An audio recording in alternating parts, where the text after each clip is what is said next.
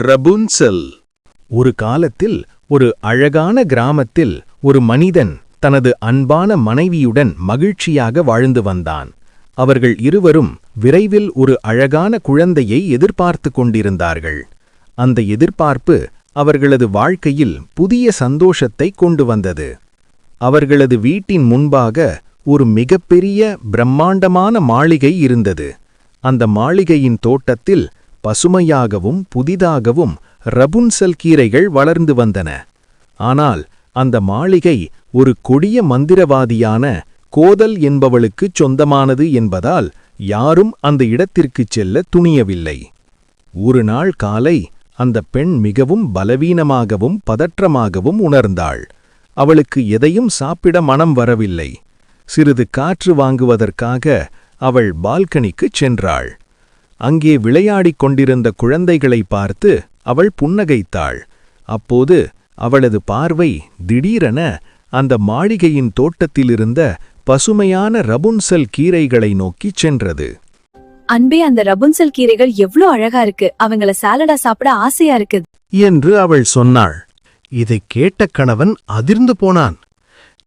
அன்பே, அவை கோதல் தோட்டத்தில் உள்ளது, அங்கே செல்ல முடியாது என்று அவளை சமாதானப்படுத்த முயன்றான். அவன் இனிப்புகளையும் மற்ற உணவுகளையும் கொடுத்து அவளை மாற்ற முயன்றான். ஆனால் அவள் பிடிவாதமாக இருந்தாள். மனைவியின் கண்ணீரைக் காண முடியாமல் அந்த கணவன் அவளின் ஆசையை நிறைவேற்ற முடிவு செய்தான்.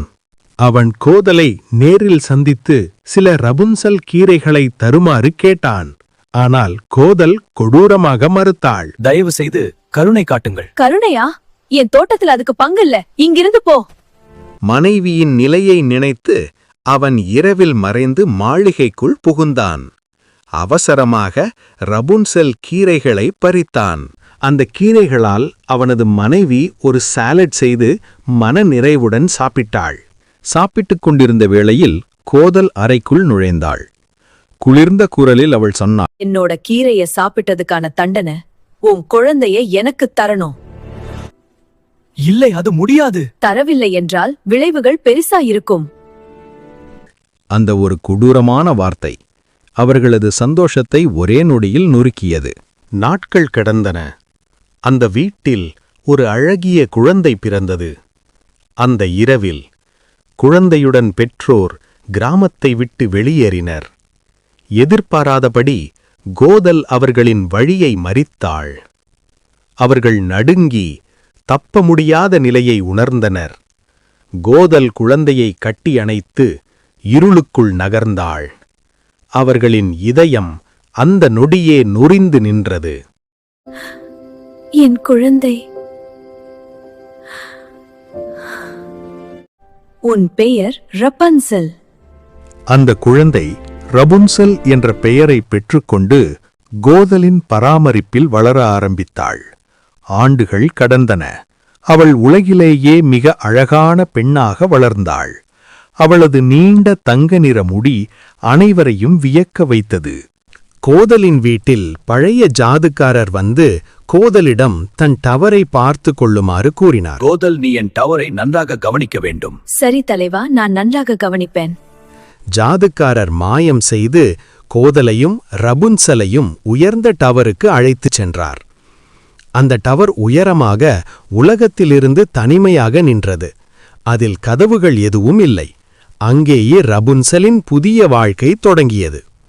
கோதல் ரபுன்சலின் நீண்ட முடியை சீவிக்கொண்டே முக்கியமான விதியைச் சொல்ல ஆரம்பித்தாள். ரபுன்சல், இந்த டவர் உனக்கு பாதுகாப்பான இடம். நீ வெளியே போகக்கூடாது. ஏன் அம்மா? வெளி உலகம் ஆபத்தானது. நான் வரும்போது மட்டும் ரபுன்சல் உன் முடிய இறக்குன்னு கூப்பிடுவேன். அப்போ உன் முடிய இறக்கு. தனிமையில் ரபுன்சல் தன் கனவுகளை பாடலாக மாற்றினாள்.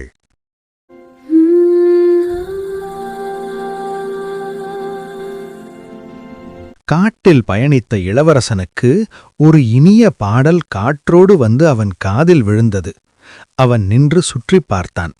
அந்தக் குரல் அவனை டவர் நோக்கி வழிகாட்டியது. அப்போது டவரின் அடியில் கோதல் கூப்பிட்டாள், ரபுன்சல், உன் முடியை இறக்கு.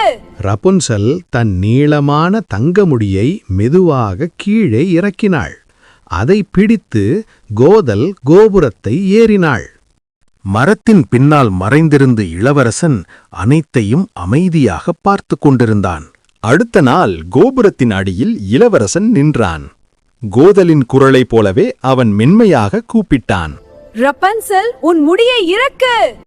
மேலே அந்த அழைப்பு ரபுன்சலின் காதில் விழுந்தது. கோதலின் குரலென நினைத்து ரபுன்சல் தன் தங்க முடியை கீழே இறக்கினாள். தங்க முடியை பிடித்து இளவரசன் டவரில் ஏறத் தொடங்கினான். ஜன்னலின் வழியே அவன் டவரிற்குள் நுழைந்தான். அவனை பார்த்த ரபுன்சல் ஆச்சரியத்தில் நின்றாள். பயப்படாதே. நீ யார்? இங்கே யாரும் வரக்கூடாதே. நான் ஒரு இளவரசன்.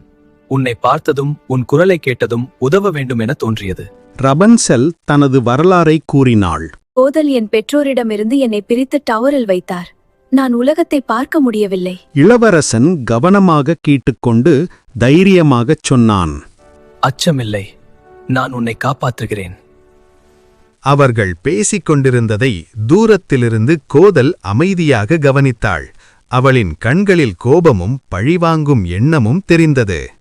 இளவரசன் கோபுரத்திலிருந்து இறங்கிய பிறகு கோபத்துடன் டவருக்குள் கோதல் நுழைந்தாள். ரபுன்சல் அதிர்ச்சியில் நின்றாள். இது உன் தண்டனை. இனி நீ என்னையும் உலகத்தையும் ஏமாற்ற முடியாது. அம்மா! கோபத்தில் கோதல் ரபுன்சலின் நீண்ட தங்கமுடியை வெட்டினாள். அந்த நொடியில் ரபுன்சலின் கண்களில் துக்கம் நிரம்பியது. கோதல் ரபுன்சலை தனியாக பாலைவனத்தில் விட்டு விலகினாள். ரபுன்சல் வருத்தத்தில் தனியாக நின்றாள். எதையும் அறியாத இளவரசன் ரபுன்சலின் முடியை பிடித்து எச்சரிக்கையுடன் டவரில் ஏறினான். ஆனால் கோதல் வலமாக பிடித்து அவனை தள்ளினாள். அவன் அதிர்ச்சியுடன் கீழே விழுந்தான். இளவரசன் ரபுன்சலை படர்ந்த பாலைவனத்தில் தேடி நடந்தான். Rapunzel? Rapunzel! ரபுன்செல் தனிமையில் தன் உணர்வுகளை பாடல் மூலம் வெளிப்படுத்தி பாடினாள். In this endless sand, I find my heart's true stand. La la la, gentle breeze. இளவரசன் ரபுன்சலை கண்டுபிடித்து விட்டான். அவளின் கண்களில் மகிழ்ச்சி கலந்தது. அவர்கள் இருவரும் பாலைவனத்தை விட்டு வெளியே சென்றனர். அதன்பின் இளவரசன் மற்றும் காவலர்கள் கோதலின் டவரை அழித்தனர். டவர் இடிந்து விழுந்தது. அதன்பின் பழைய ஜாதுகாரர் கோதலை கடுமையாக தண்டித்து வானத்திற்கு அனுப்பினார். அவள் மீண்டும் பூமிக்கு திரும்ப முடியாது. ரபுன்சல் தனது பெற்றோர்களுடன் மீண்டும் ஒன்றிணைந்தாள். என் மகளே! எல்லாம் நன்றாகிவிட்டது. அப்பா, அம்மா! இளவரசன் மற்றும் ரபுன்சல் திருமணம் செய்து மகிழ்ச்சியான வாழ்க்கையை வாழ்ந்தனர். என் கதை உங்களுக்கு பிடித்திருந்தா சப்ஸ்கிரைப் பண்ணுங்க.